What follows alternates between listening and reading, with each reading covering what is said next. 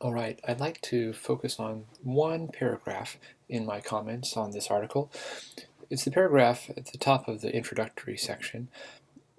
Lachs says, "This leads us to the moral problem. Is it acceptable to provide her with aid in dying? Here is a more pointed way of putting it. Is it not outrageously wrong to let her shriek in pain and live disgusted with her condition for months and possibly years? It may be worth mentioning that this was the story of my mother."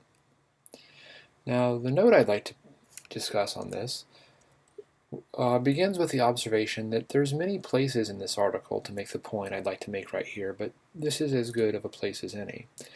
And it has to do with means and ends. The end Lachs is suggesting is a valuable one. It is helping his mother, Magda, not to live in pain and disgust. The means that he recommends for achieving this end is a controversial one. It's deliberately ending his mother's life. Now, Lachs asks, is it not outrageously wrong to let her shriek in pain and live disgusted with her condition for months and possibly years? Someone could answer this with a yes, without thinking for a moment that it is good or even permissible to deliberately cause her death. For example, there is a way to prevent a person from shrieking in pain without killing them. We have ways of managing people's pain using painkillers. Being committed to killing pain is not quite the same thing as being committed to killing persons.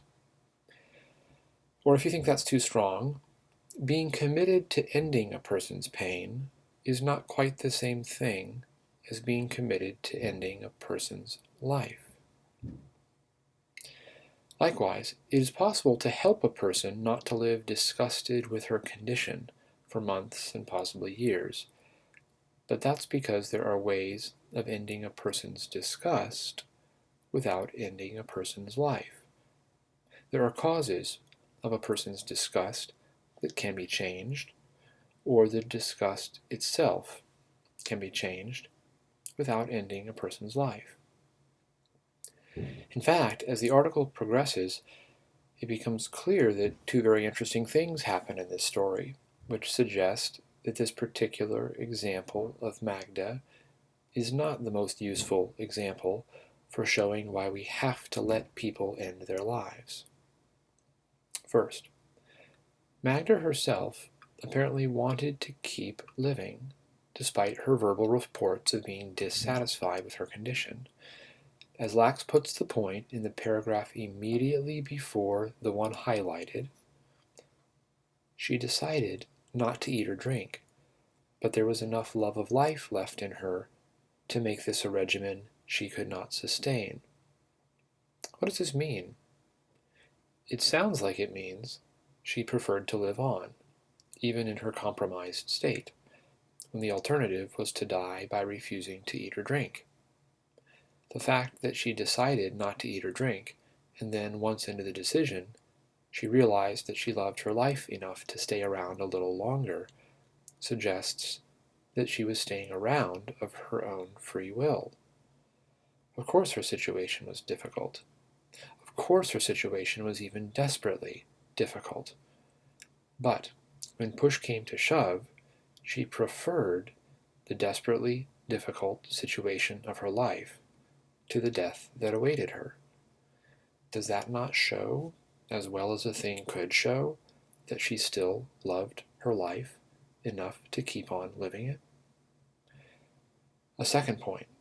We discover in the last paragraph of the paper that Magda herself was able to die peacefully with the careful use of painkillers easing her passage, but apparently without the people who used those painkillers attempting to deliberately end her life.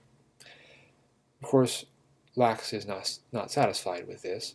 As he puts it, quote, hiding behind the double effect of morphine, they offered pain relief at the price of depressed lung function and accelerated death, unquote.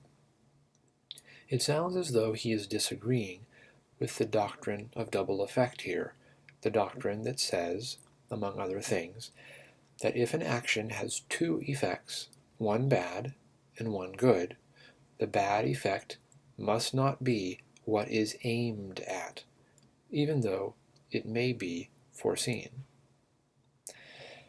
If Lachs has a problem with this doctrine, fine, let him state it and prove what is wrong with it. But the practical upshot in this case is that his mother was able to get the morphine she needed, and it even accelerated her death.